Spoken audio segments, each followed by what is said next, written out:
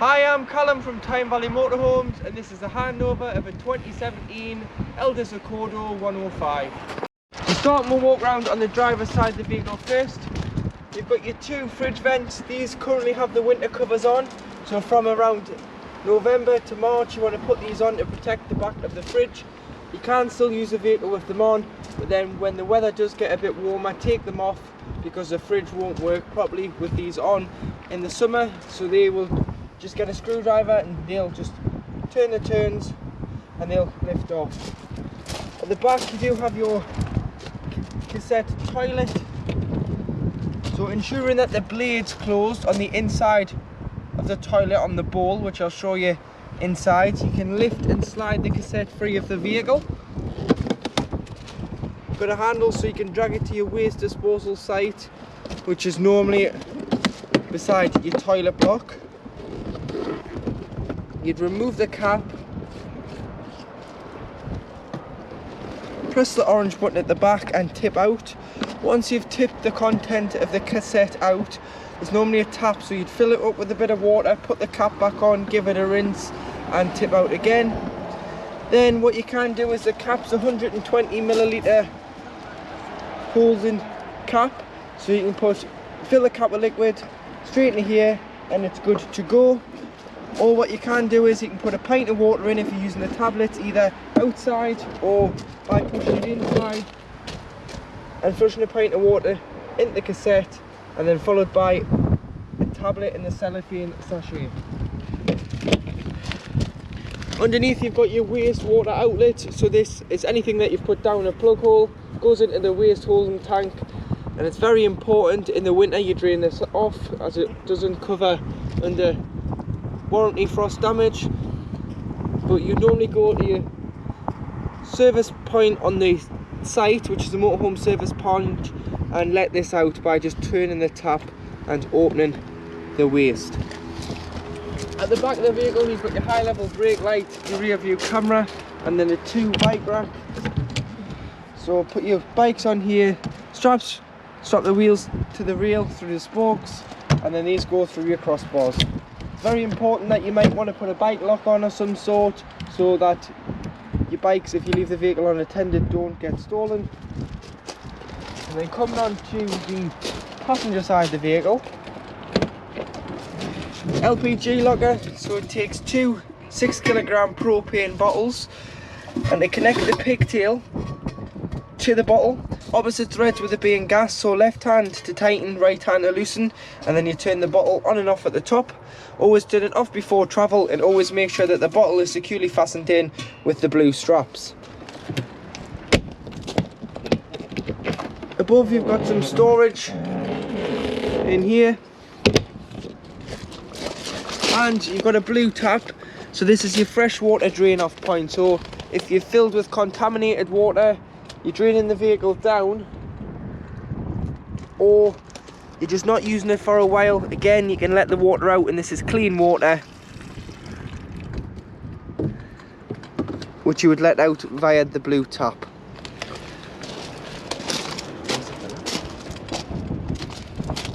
You've got your awning light, and then in this locker here, with opening with the tri-mark key, which is this one here. This is your battery locker, so this is the location of your leisure battery and your hookup point. So to hook the vehicle up, get your hookup lead, lift the cover and just slide it on there. Hook the vehicle first, then the power source, and do it in reverse when unhooking the vehicle, as you wouldn't want to walk around with a live lead. At the passenger door you've got your diesel filler, and then below that, because it's a newer style diesel engine for emissions, it's got the AdBlue system. So this is a 19 litre tank, and the light will indicate between the temperature and fuel gauge on the dashboard when it needs it. When it does come on, if you simply top it up as soon as you can either buy it on the pumps like the wagons, or you can buy it in the drums. It tends to be cheaper buying it on the pumps now than buying it in the drums.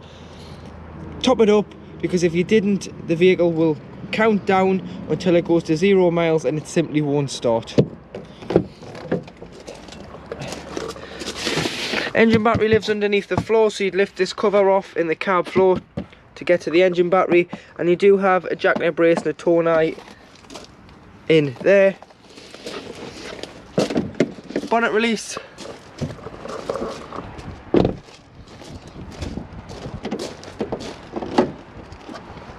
So you've got all your fluids to the left hand side. So you've got your screen wash, this cover lifts off, and you've got your power steering fluid, radiator coolant, brake fluid, oil filler, oil dipstick, your paint code, an earth for giving or receiving a jump start, and then your positives behind the passenger headlight.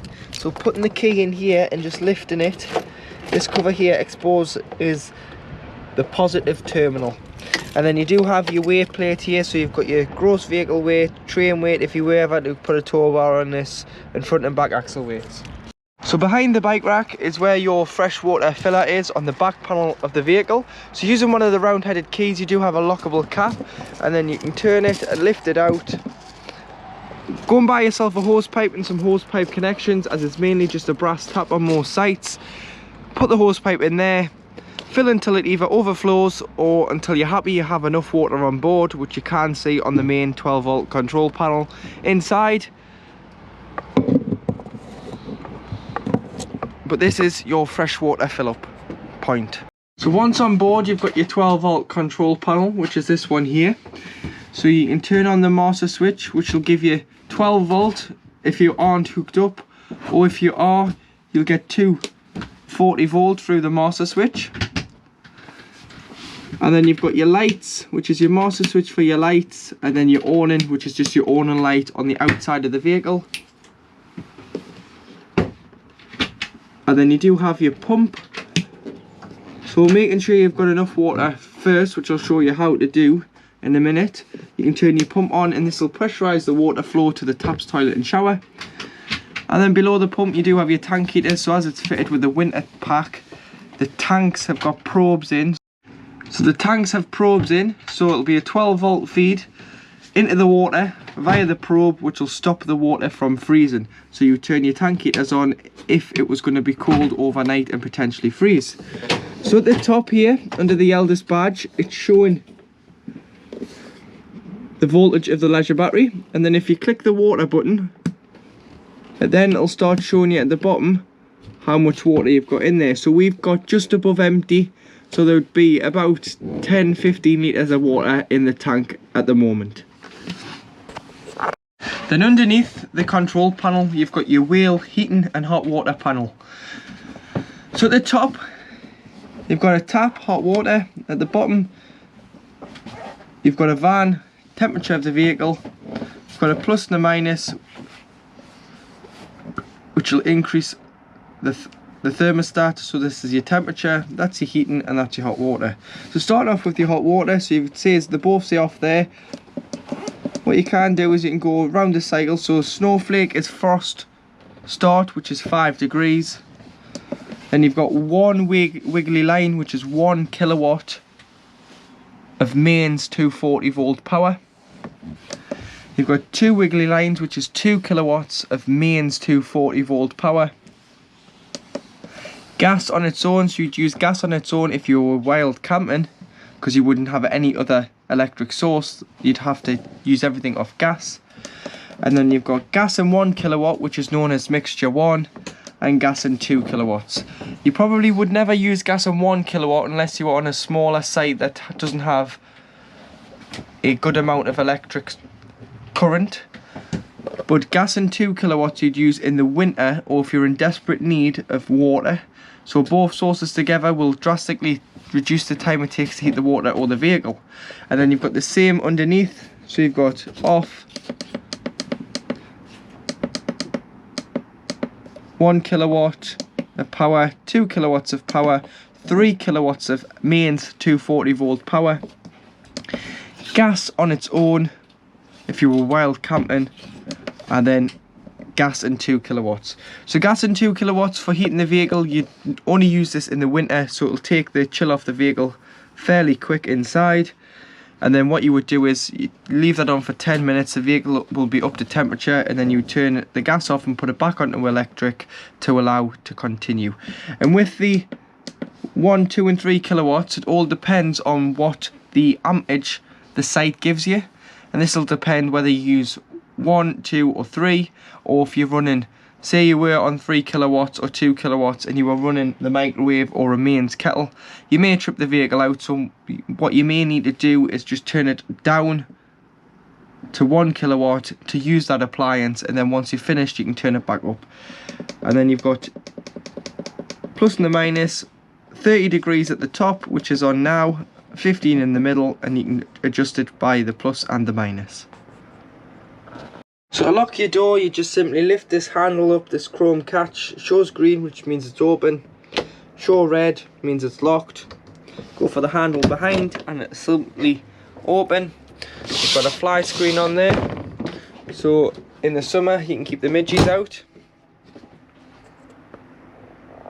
So to operate your fridge, you've got 3 sources on your Dometic fridge. So off is on the top. At the minute this is on gas, so we'll start off from the bottom and I'll go all the way to off. So gas, if you're wild camping, you'd put it down onto gas, and what you need to do is, this is your temperature, so you can adjust it accordingly.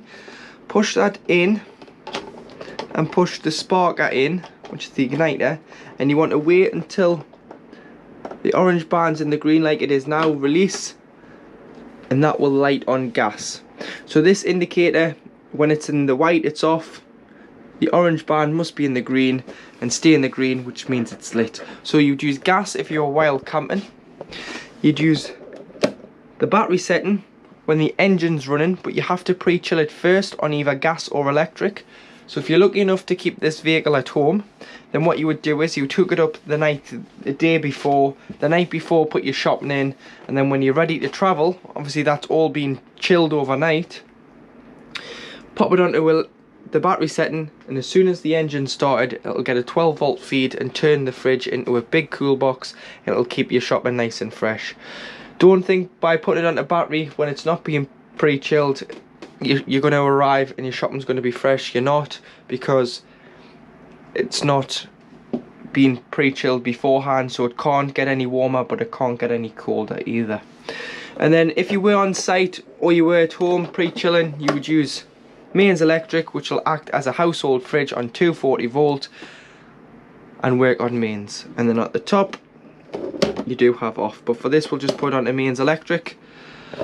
Temperature here, so you can adjust it accordingly. And then, like I've said, you've got your ignition for your gas, and then your gas indicator. Got your fridge there. So one thing with your fridge when winterizing, so we've went outside and we've done the fresh water and the wastewater, you would let that out. Then what you would do is you would clean your fridge out, take everything out, give it a wipe out with some anti-bac wipes or some sprays. Then the last thing you want to do is shut the door, as it's got a rubber seal on here. That clean air over time will become dirty, smelly, mouldy air.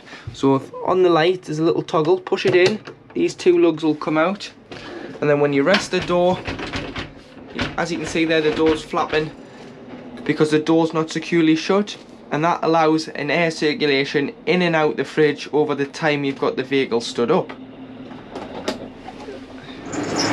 Cutlery tray above, and you just push the catch in to lock the door. You've got your plug for your microwave, and you just press eco, and that is a 800 watt mains power microwave with plate and cup rack.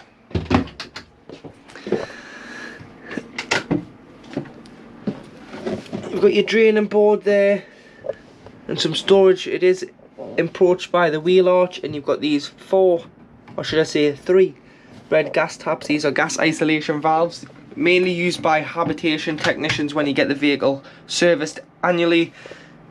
Our technicians, or whoever you'll take it to, will check your gas by isolating and do tests on each gas appliance. Any problems with gas for yourselves, turn the bottle off to be safe.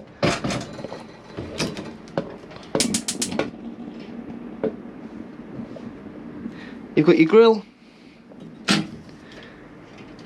and you've got your oven. Top tip, hold the knob in for 3 seconds longer once it's lit, because the thermocouple's got to get warm to release the gas, otherwise it'll just shut itself down and isolate the gas supply. So if it's going out, you know why. You just need to hold it in for a couple of seconds longer. And then on the top you do have your gas rings, so 3 gas rings. So using the ignition on the front of the cooker, and again hold these in until the thermocouple gets warm, or they will just go out. More so in the winter when the pipes are cold.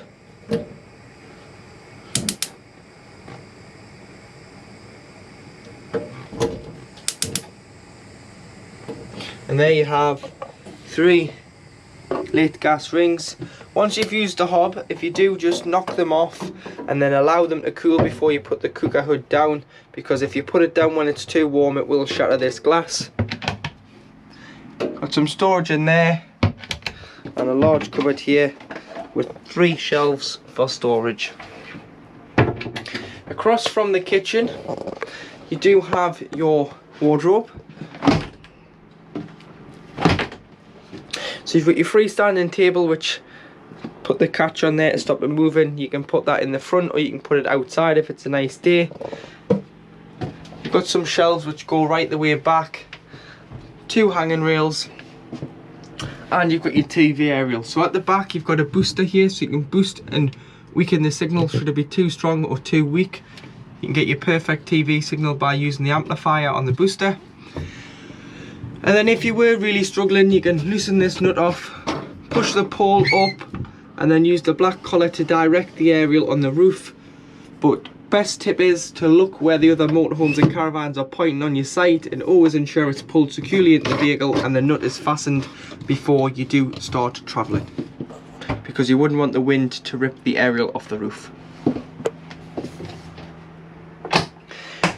The aerial then works this TV, which is a Vision Plus TV. It's 12 volt, so you would just turn it on.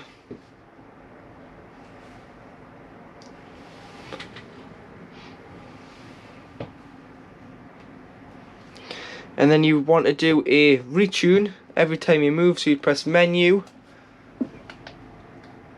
auto tune, select your country, UK, and it'll start and find as many channels as it can in your area.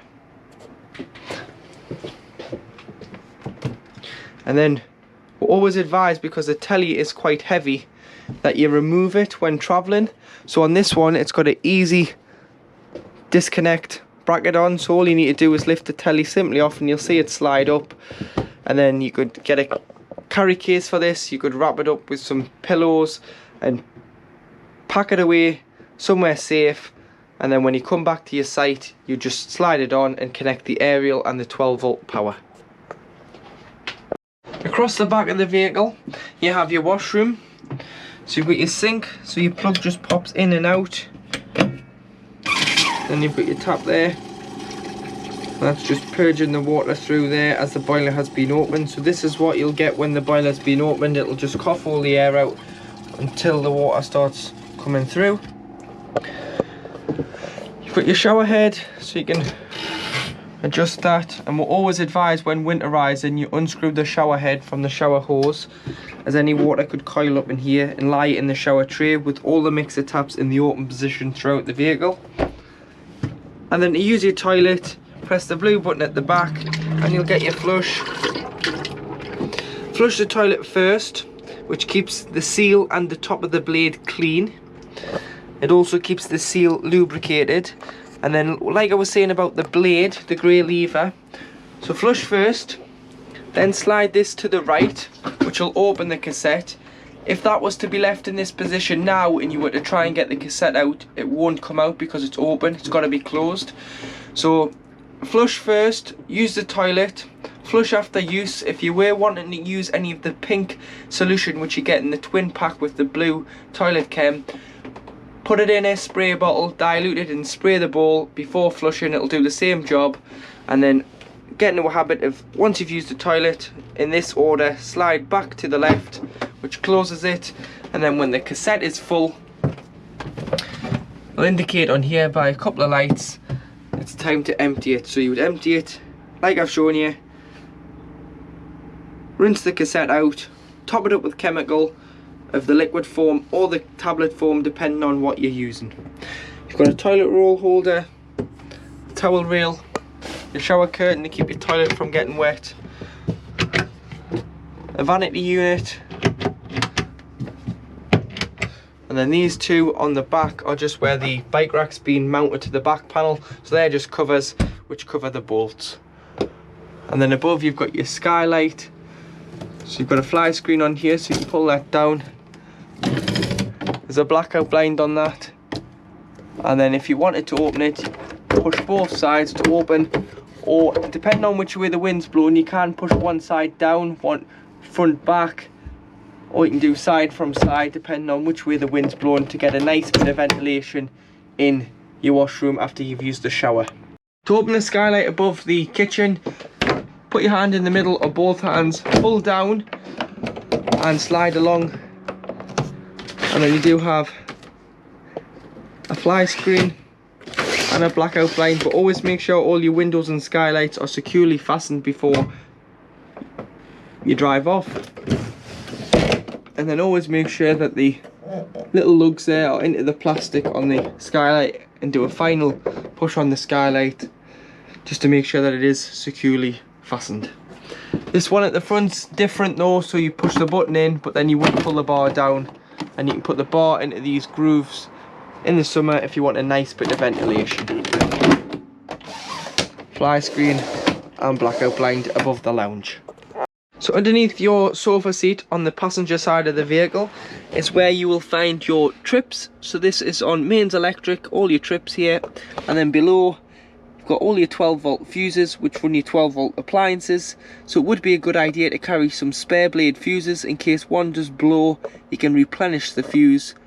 But if you've tripped the vehicle out, always try the consumer box, which this is, before you try your main sight. Underneath the bench seat on the driver's side, at the back, you'll see this yellow tap. This is your underslung boiler from wheel. So it's very important that you drain it off, because the boiler does two jobs, heats the vehicle and heats the water. So this is your water heater.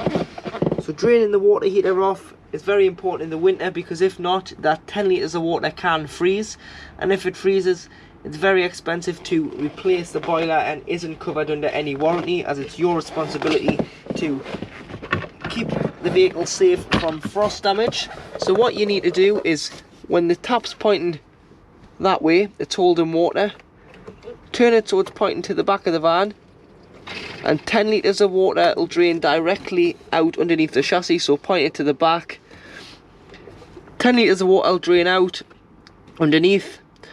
Once the 10 litres have drained out, you'd open all the taps within the vehicle to stop any air locking in the pipes and any water from sitting in there. Open the fresh and the waste outside, remove the shower hose from the head and lie that in the tray, and then when you come to reuse the vehicle, shut the boiler, shut the fresh and the waste outside, shut all the taps inside, build your shower head back up, fill the vehicle with water via a hose pipe, come in, put the main panel on, put the pump on, go to the cold side of the tap first.